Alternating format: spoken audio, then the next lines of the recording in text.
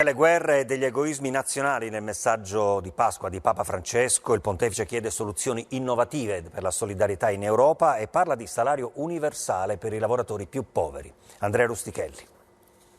Non è questo il tempo in cui continuare a fabbricare e trafficare armi, spendendo ingenti capitali che dovrebbero essere usati per curare le persone e salvare vite.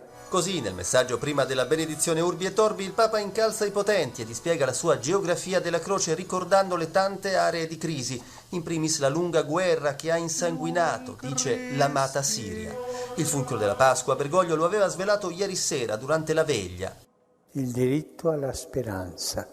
Una speranza attiva che deve uscire dai recinti sacri per diventare essa sì contagiosa. E così il Papa torna a invocare il cessate il fuoco globale. Non è questo, afferma, il tempo dell'indifferenza, delle divisioni. Si allentino le sanzioni internazionali, si condoni il debito dei paesi più poveri e si diano a tutti i cittadini i mezzi necessari per condurre una vita dignitosa. Il riferimento esplicito al salario universale è in una lettera pubblicata da Avvenire. Francesco, nel suo discorso pasquale in Basilica, si sofferma poi particolarmente sull'Unione Europea e su quella che definisce la sua sfida epocale.